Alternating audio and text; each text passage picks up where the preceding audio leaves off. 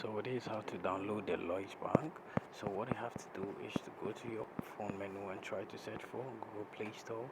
Then you tap on the search apps over here. Then you search for the Lloyd Bank. Then you're gonna get the app over here. So as you can see, I'm already downloading it. So you're gonna see install over here. Just tap on the install button, and it's going to start being on pending. Then after that, it's going to move from pending to downloading, and it's going to start downloading. So guys, let's wait whilst it's downloading over here. So as you can see, we are done with the downloading, and now it is installing. So guys, let's wait whilst it is installing. So it's going to finish right now.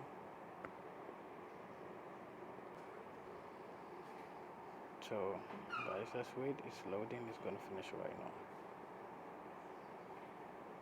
Let's keep on waiting. Lloyd's Bank mobile banking.